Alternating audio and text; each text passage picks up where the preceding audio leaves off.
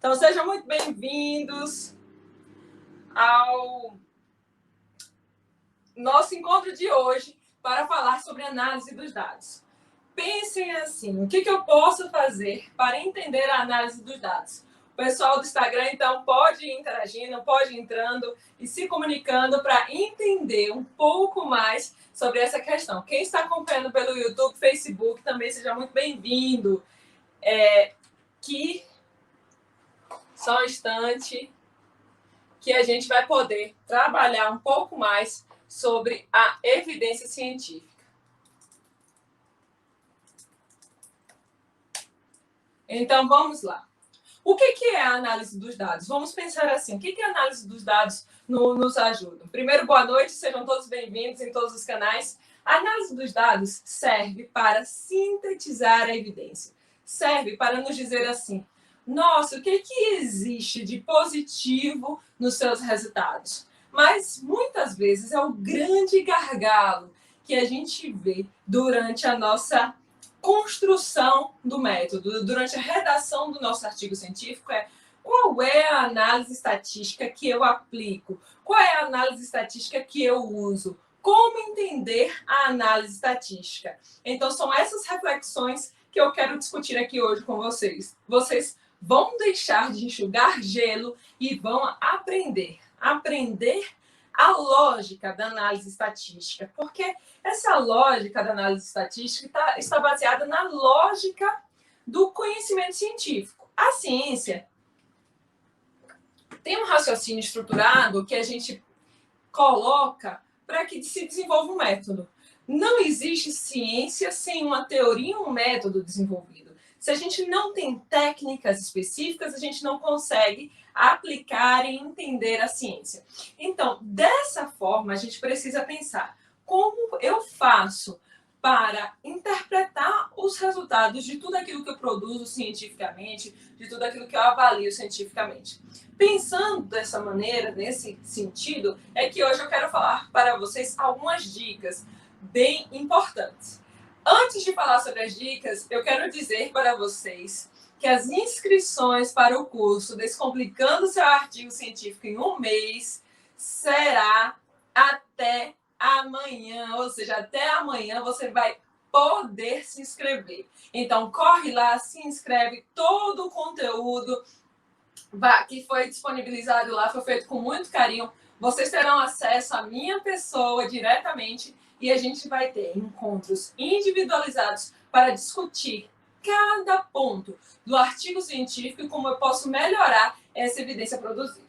Avançando dentro dessa questão, hoje eu quero discutir com vocês um pouco da análise dos dados. O que isso me ajuda? Me ajuda a refletir sobre meus resultados. Pensando na análise dos dados, a gente vê que às vezes parece altamente complexo interpretar. Por quê? Porque a gente acaba se pegando às fórmulas.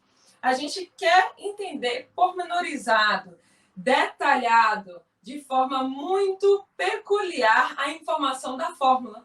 Mas a fórmula não te ajuda no cotidiano, no que é prático. Ela só faz tornar mais complexo esse processo de entendimento da estatística dentro da área da saúde. Então, por qual motivo esses dados são tão complexos? Porque existe uma teoria, desenvolveu uma técnica para representar um método. A estatística vem para a área da saúde justamente para trazer um incremento, uma informação validada, uma informação clara daquilo que eu preciso. Mas o que a gente precisa aprender de fato? São as fórmulas matemáticas? Não. Nem quando eu fiz mestrado, eu fui apresentada as fórmulas matemáticas com tantos detalhes. Ou seja, elas estavam ali figurativas dentro daquela construção e eu aprendi a mexer com o aplicativo. Por quê? Porque o aplicativo, ele traduz essa fórmula matemática. É obviamente que em um outro momento eu parei para estudar porque a minha curiosidade de compreender era maior. Mas não significa que vai mudar o seu entendimento se você não consegue traduzir essa informação de forma fluida, de forma fácil. Então, a gente tem que quebrar essa barreira, desmistificar essa ideia de que a redação científica e a análise dos dados pode ser algo tão complexo assim. Sim, é difícil, mas a gente consegue se a gente tiver a estratégia certa.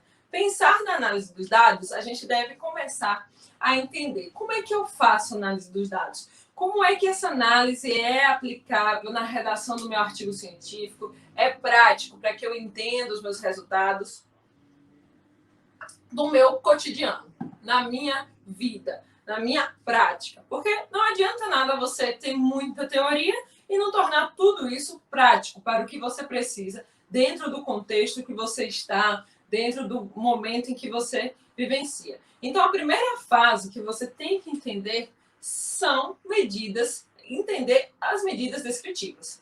Ai, Ana, mas o que são medidas descritivas? Aquelas que trazem características da população, aquelas que têm um perfil estabelecido para que eu entenda uma situação geral. O que é uma medida descritiva, por exemplo? Média é uma medida descritiva. Percentual é uma medida descritiva. Então, são informações que vai me ajudar a entender o perfil populacional. O que a minha população tem. E isso é muito importante, porque eu consigo, diante da avaliação desse perfil, começar a descrever outras medidas que a gente conhece como as medidas analíticas. E essas medidas analíticas são aquelas que faz com que a gente tenha segurança para dizer: olha, de fato, fumar causa câncer de pulmão. Então, ela me dá uma certeza. Em que sentido a certeza? Em que eu posso confiar que existe um teste estatístico que está ali balizando aquele processo, ou seja, está sustentando aquele processo. Então, é interessante pensar que a parte analítica, a medida analítica, ela é importante.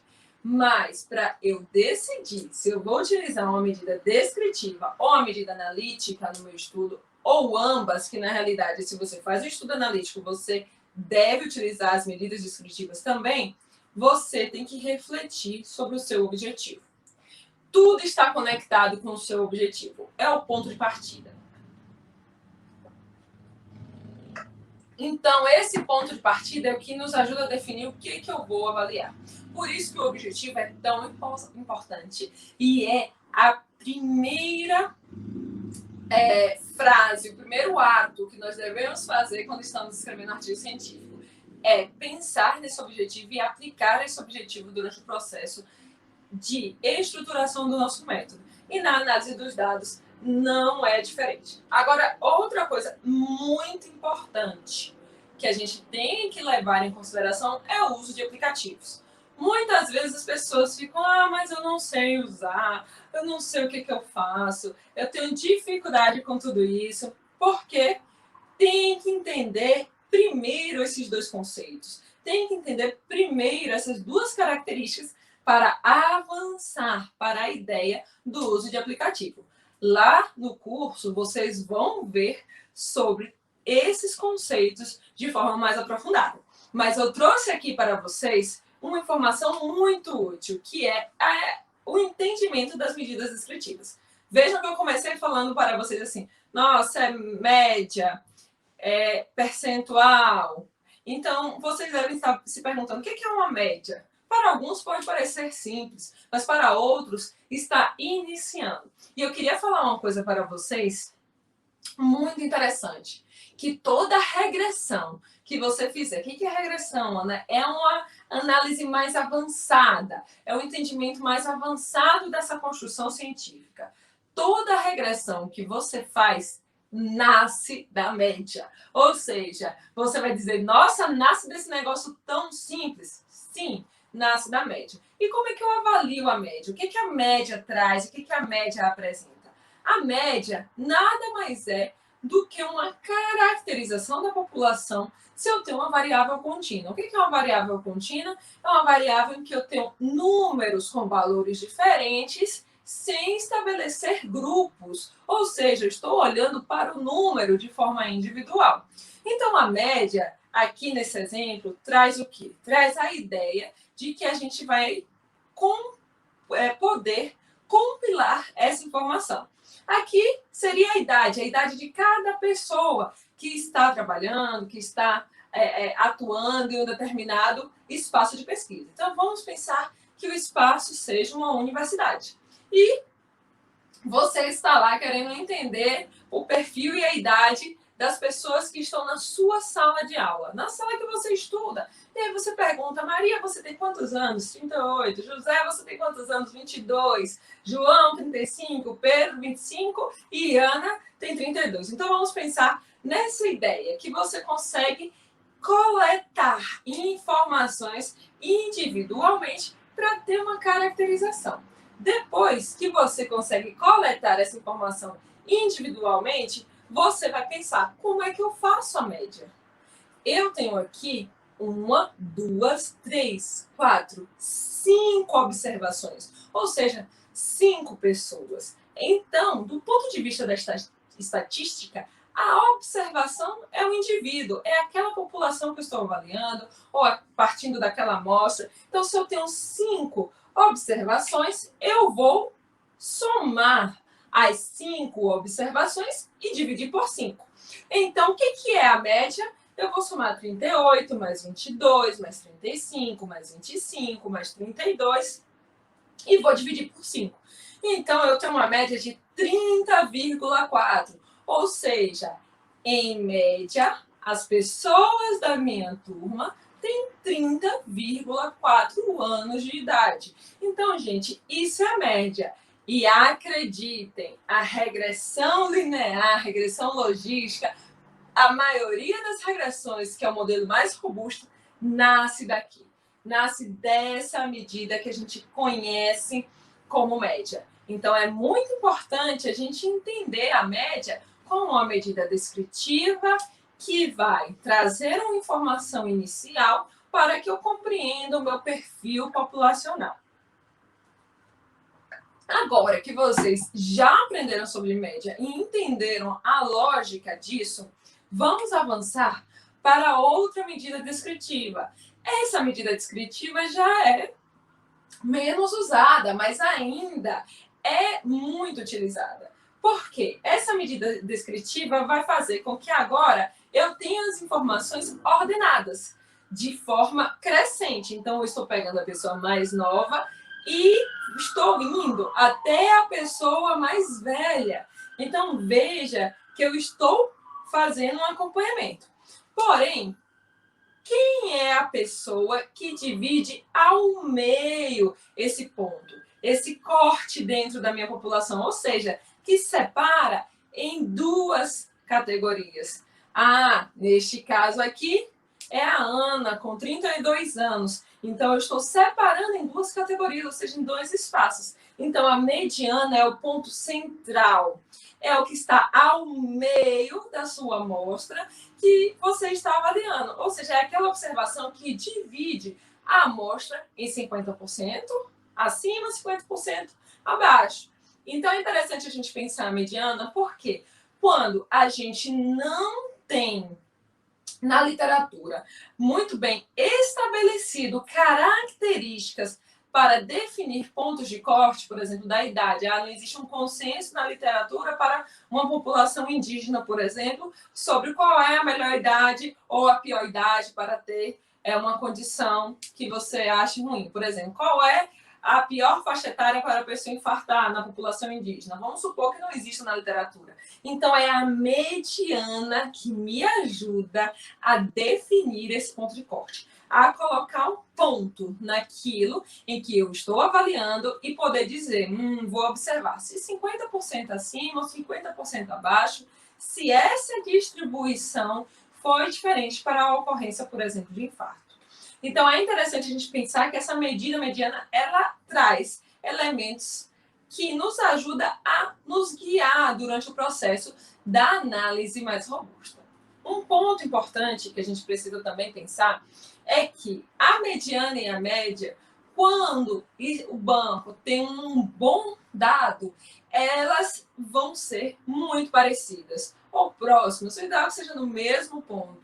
Mas isso eu posso falar um pouco para vocês lá no curso DPA1. Por que é interessante a gente saber que a média mediana está no mesmo ponto? O que isso impacta na hora que eu estou fazendo a minha análise dos dados? Pensar assim vai te ajudar a entender a lógica do artigo científico e vencer a barreira da análise estatística para você redigir o seu artigo científico de forma rápida. Um outro ponto muito importante de medidas descritivas, gente, é a medida mais popular, percentual, que a gente aprende lá no colégio, que a gente calcula com maior facilidade, que é eu pensar da seguinte forma: eu vou ver quantas pessoas tem na faixa etária menor ou igual a 30 anos e vou dividir pelo total de pessoas existentes. E aí eu vou ter um percentual. Então, vamos ver aqui. Se eu tenho esse dado de 22 e 25, eu tenho duas pessoas. 2 dividido por 5 vai dar um dado que vai representar 40%. Então, veja que é o percentual. Ah, Ana, mas 40% mais 2 dividido por 5 não vai dar 0,4? Aí, eu multiplico por 100. Quando eu multiplico por 100, eu vou ter o percentual.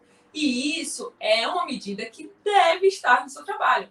Todo trabalho descritivo, analítico deve apresentar, inclusive os trabalhos qualitativos devem apresentar esse percentual e essa característica.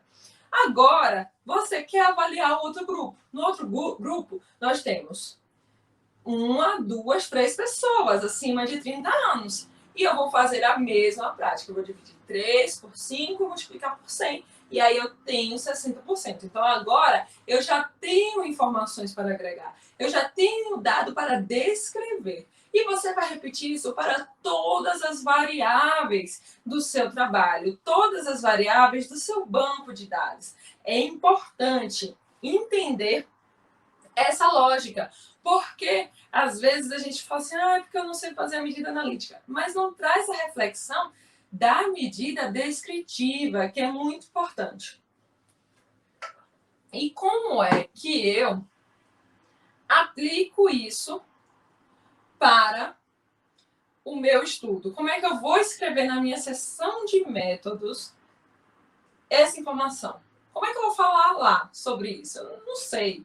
Então, gente, a gente começa a especificar a informação, trazer de forma clara. A distribuição dos dados foi realizada por meio de medidas de tendência central. Olha que nome bonito para a medida descritiva, chamada média e mediana. Então, a gente começa a trazer elementos um pouco mais elaborados e para as variáveis categóricas foram calculados percentuais, porque você já sabe o que é um percentual. E o leitor também vai entender o que é um percentual. Então, é só interessante você ter transparência durante esse ato de escrever os seus dados. Mas, gente, tem duas medidas descritivas que são especiais quando nós estamos construindo um texto científico. E é importante a gente entender essas medidas, porque a partir dessas medidas, a gente começa a construir um outro caminho analítico, ou seja, como eu posso ter informações robustas, informações melhores em relação aos meus achados.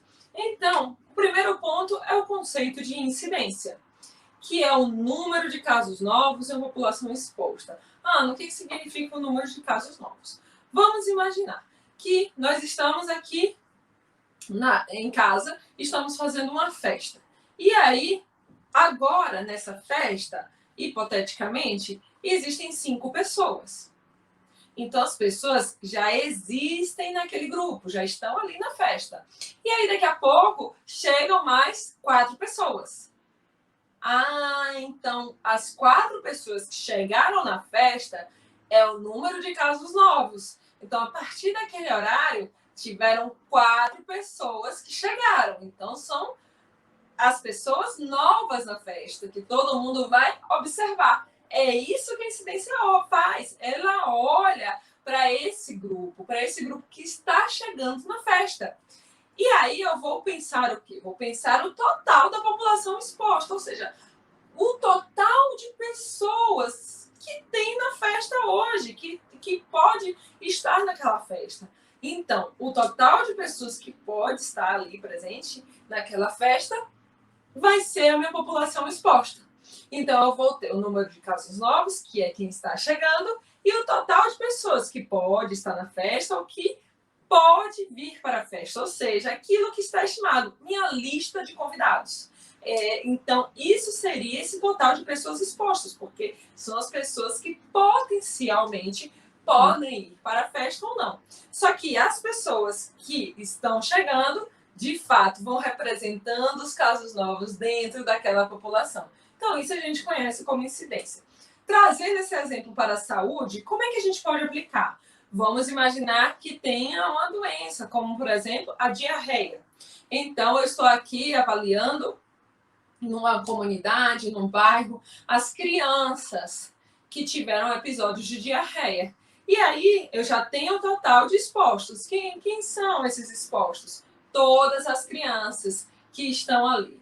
Todas as crianças que estão expostas podem estar expostas à diarreia, mas nem todas as crianças vão manifestar a diarreia. Porém, eu tive aqui um total de 100 crianças expostas àquele fator, e aí 25 tiveram a diarreia. Então, são 25 novos casos diante daquele contexto. Então, é importante entender que a incidência reflete novos casos que existem e o que a gente quer trabalhar. Agora, a gente vai ver uma outra medida descritiva muito especial também, que é a prevalência. Então, a prevalência, ela representa o número de casos novos e casos existentes. E a partir disso, de uma população exposta. Então, vamos lá para o exemplo da festa.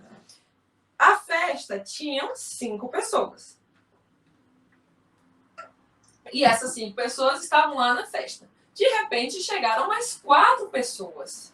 Então, quantas pessoas tem na festa? Ao total, naquele momento, 9.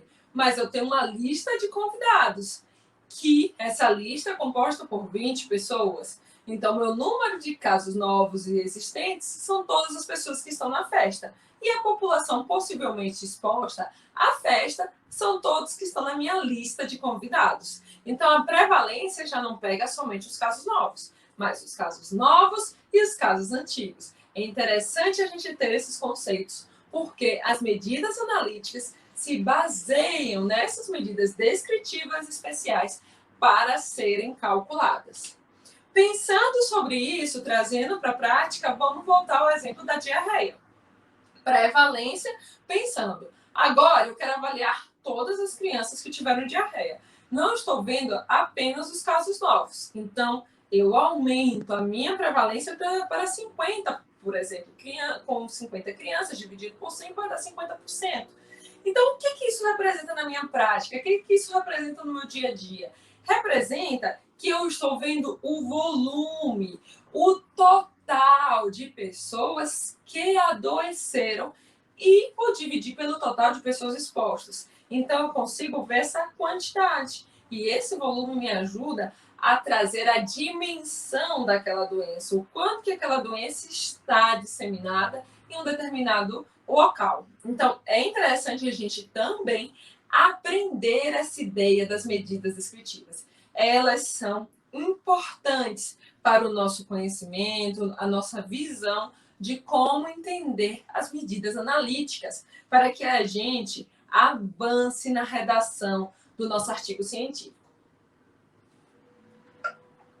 E aí, pensando nessa ideia, pensando nisso, é que a gente precisa conhecer agora, gente, uma tabela denominada tabela 2x2. Uma tabela tradicional para estudos da área da saúde, estudos quantitativos, em que a gente quer pensar de forma analítica. Agora, o que eu quero? Eu quero uma reflexão analítica e gerar um dado, gerar uma medida, gerar uma informação inicial. Então, pensar esse dado é fazer com que eu pegue a informação crua, ou seja, aquela informação individual, e trate essa informação de uma forma mais clara para o meu leitor. Então, vamos lá entender essa tabela 2x2. Isso significa o quê? Significa que nós temos uma exposição, que são pessoas que estão fazendo dieta, e um desfecho, que é o emagrecimento.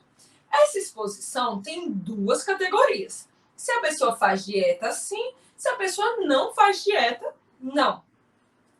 Ainda, e isso é exposição. Fazer a dieta é exposição. Agora, vamos pensar que o desfecho é o emagrecimento. Se a pessoa faz o emagrecimento, se tem o emagrecimento, é sim. E se ela não teve emagrecimento, é não. E aí, com essa construção, eu começo a definir quantas pessoas tiveram a resposta sim para a exposição e sim para o desfecho, que é o emagrecimento. Ou seja, quantas pessoas fizeram dieta e emagreceram? Nossa, 40 pessoas. Vou anotar essa informação. Agora, quantas pessoas fizeram a dieta e não emagreceram? Nossa, foram 30 pessoas. Então, eu já vejo ali que já existe uma diferença do dado. Agora, eu vou pensar. Quantas pessoas não fizeram a dieta e emagreceram? 20 pessoas. Olha, eu já tenho também mais uma informação interessante. Agora, eu também preciso ver quantas pessoas não fizeram a dieta e quantas pessoas não emagreceram. 60 pessoas. Mas, Ana, o que eu faço com esse dado? Vocês devem estar aí se perguntando o que esse dado é útil para mim, o que esse dado é importante para a construção científica, já que são apenas alguns números. Agora que eu vou mostrar para vocês algo importante. Quem estiver no Instagram, gira a tela para assistir. Algo importante, que é uma medida analítica, aquela medida que a gente tem maior dificuldade de aprender quando a gente está escrevendo cientificamente, e isso eu vou ensinar para vocês lá no DPA1. Como eu faço para tornar o meu processo de análise estatística bem mais fácil, bem mais claro. Então, pensando nessa tabela 2x2, eu vou começar a criar na minha cabeça um contexto. Nós já sabemos o que é o conceito de incidência. Mas agora eu quero ver a incidência nos expostos, ou seja, nas pessoas que fizeram a dieta. Então, eu vou ver quantas pessoas tiveram emagrecimento pelo total de pessoas que foram expostas à dieta. Então, eu tenho aqui 70 pessoas fizeram a dieta, mas apenas 40 emagreceram. Então, com isso, eu calculo a incidência, ou seja, os casos novos na população exposta. E a gente obtém um percentual. E esse percentual é muito importante para que a gente aplique na construção de uma razão, que eu vou falar já já para vocês. Agora, eu também preciso comparar essa informação, porque a razão é a divisão de duas medidas. Então, eu preciso de uma outra medida para entender essa lógica e essa ideia. Pensando em outra medida, eu vou calcular a incidência nos não expostos. E o que representa essa incidência nos não expostos? Ela quer dizer o seguinte: quantas pessoas emagreceram sem fazer a dieta em relação ao total? 20 pessoas emagreceram do universo de 80. Então, isso representa a incidência nos não expostos. Então, 20 dividido por 80, eu vou ter um dado que se chama, que se denomina 25%. Ou seja, apenas 25% das pessoas que não fizeram a dieta emagreceram. Mas aí agora eu tenho 2 percentuais e eu preciso avançar. Eu quero uma medida analítica, aquela medida que vai poder me dar mais segurança na avaliação desses resultados. Pensando no resultado do seu artigo, agora que você já entendeu a lógica dessa tabela e de como a gente constrói esses dados, a gente vai calcular algo chamado razão de incidências, ou também conhecido como risco relativo. Eu quis trazer aqui razão de incidências para vocês se conectarem ao termo incidência e entender. Mas existe também um sinônimo que se é conhecido como risco relativo. Então, o que eu vou fazer? Incidência dos expostos dividido pela incidência dos não expostos. Por quê? Eu quero saber se a dieta realmente foi eficaz para que a pessoa pudesse emagrecer, ou seja, se ela aumentou a probabilidade de emagrecimento, se ela aumentou o risco, porque a gente precisa entender que o risco não é só usado para coisas ruins, mas também para coisas boas, que é uma medida que é para dizer assim, aumentou a probabilidade daquele evento acontecer, mas como é incidência, a gente denomina como risco. Pensando sobre isso, é que a gente vai fazer agora um cálculo matemático muito simples, gente. Vamos dividir 57,14, aquele percentual, por 25, e nós vamos obter uma medida de associação. E aí, finalmente, nós temos a tal da medida de associação dos estudos, que a gente fala, como é que eu chego no risco relativo? Não sei, é essa medida aqui. Essa medida ela é muito interessante, porque ela é útil para que a gente possa fazer uma interpretação daquele resultado, daquele achado de uma forma mais consistente. Então, eu faço essa divisão a partir dessa razão e eu gero uma medida conhecida como razão de incidências, risco relativo. Pensando nessa medida, a gente pode utilizar recursos. E é isso que eu quero que vocês entendam e aprendam aqui nesse dia de hoje e também lá no curso, como que a gente pode utilizar o aplicativo como uma ferramenta para otimizar o tempo. Por que a gente consegue escrever um artigo científico em 30 dias? Porque a gente usa ferramentas, técnicas e estratégias que eu consegui desenhar a partir dessa minha experiência durante todos esses anos. Então, pensar essas medidas analíticas vai me ajudar a aplicar no aplicativo, a desenvolver isso no aplicativo. Então, um exemplo de aplicativo que eu trago aqui para vocês, gratuito, gente. Vocês podem baixar na internet, tem a versão dele em português. Aqui está em inglês, mas tem a versão em português e vocês podem fazer usufruto desse aplicativo à vontade para fazer as análises estatísticas de vocês, que se chama AppInfo. E aí, o que o programa me pede quando eu estou fazendo esse tipo de análise? Ele me pede justamente a tabela 2x2, aquela tabela que eu apresentei para vocês. E quando pede aquela tabela, também me dá os percentuais. O percentual produzido na linha, o percentual produzido na coluna. Então, vejam que eu tenho muitas informações que me ajudam a calcular essa medida. Então, ele já faz isso de forma automática. Depois que isso é feito de forma automática, eu posso avançar e conferir a minha medida de risco relativo. Então, gente, eu acabo criando automaticamente, rapidamente, colocando as informações no programa, essa medida de risco relativo, ou razão de incidências, que é o mesmo nome. E aí, vejam, gente, como é que bate certinho o cálculo matemático. Deu 2,2857. Aí a gente pode arredondar para 2,29, utilizar até 2 caselas, que a gente chama, ou seja, 2 casas decimais, para definir esse processo. Então, avançando um pouco mais na ideia, aí vocês vão querer entender. Mas, Ana, como é que essa informação é útil, é prático? Eu preciso ter junto dessa informação um elemento importante, que é o intervalo de confiança.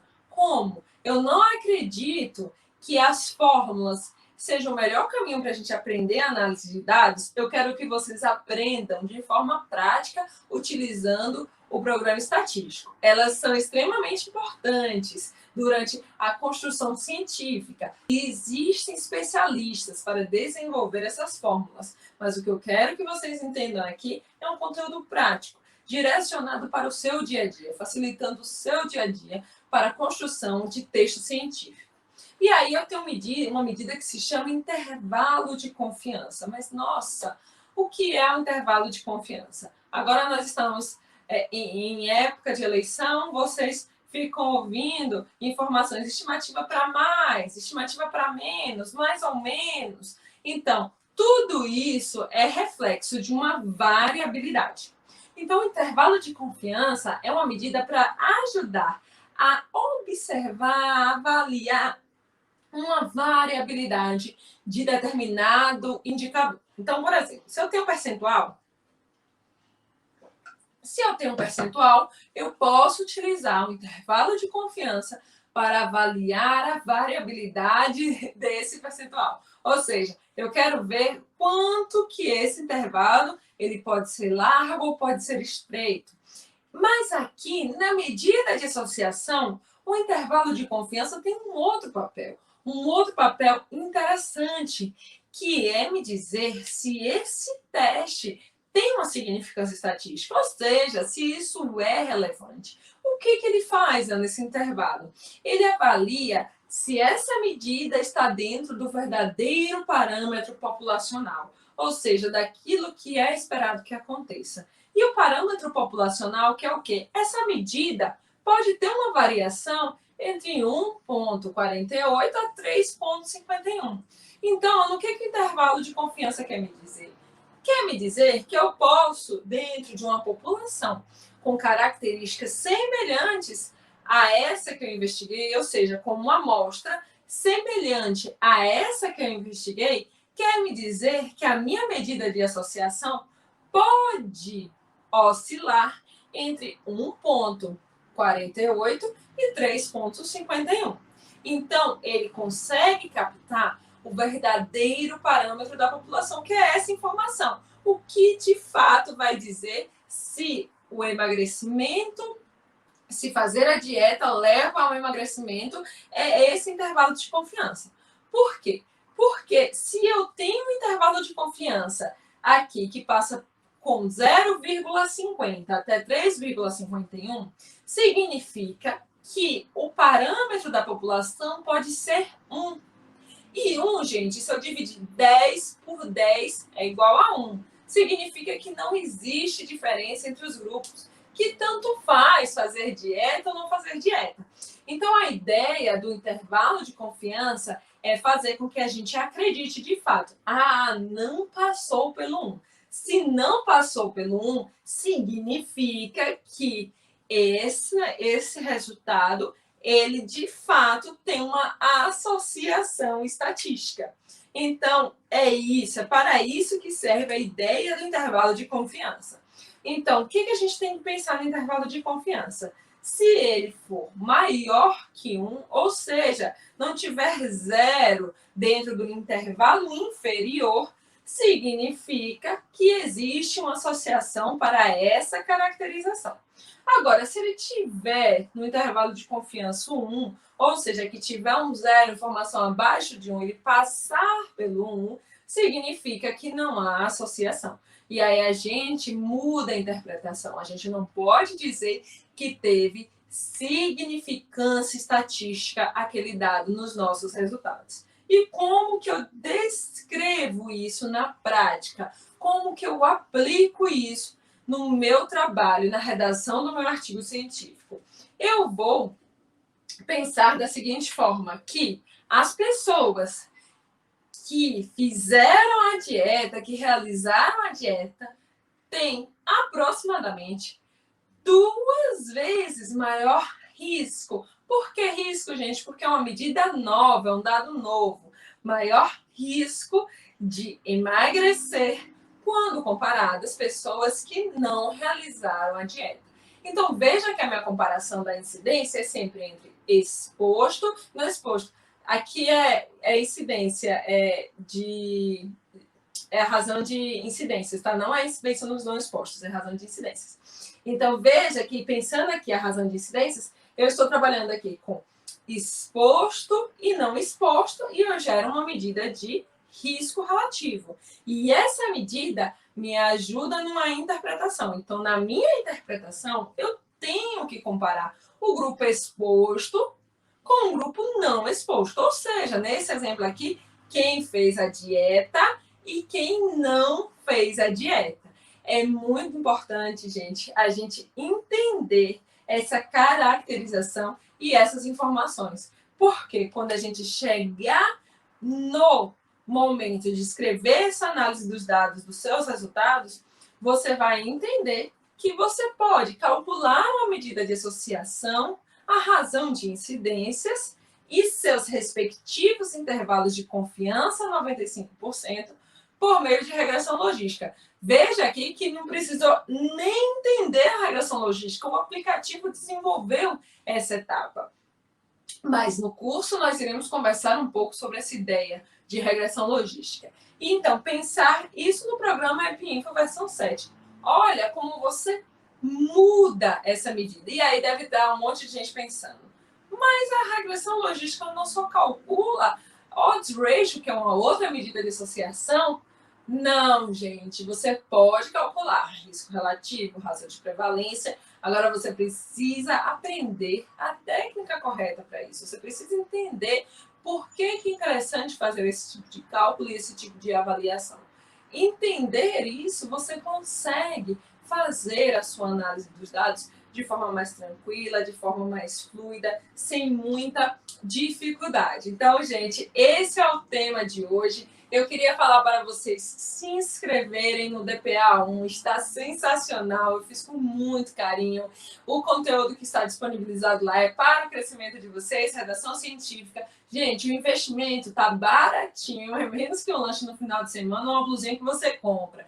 Então, corre lá, se inscreve, não perde essa oportunidade. As inscrições se encerram amanhã e eu não sei quando eu vou abrir de novo esse curso, porque esse curso, ele precisa de um tempo para a gente refletir, para a gente pensar, amadurecer, e eu não sei quando terei essa oportunidade de novo de disponibilizar o meu tempo individual para vocês nesse sentido do DPA1. Então, corre lá, se inscreve, porque agora está tudo planejado para receber vocês. A casa já está arrumada para tê-los no DPA1. Então, não esqueçam, link na bio, se inscreve, parcela em 12 vezes, corre lá e faz o curso. Vejo vocês na próxima semana e lá no DPA1. Logo, logo, no nosso canal do Telegram, já começamos a nos comunicar todos os dias. Então, não percam esse momento e esse nosso encontro. Até mais!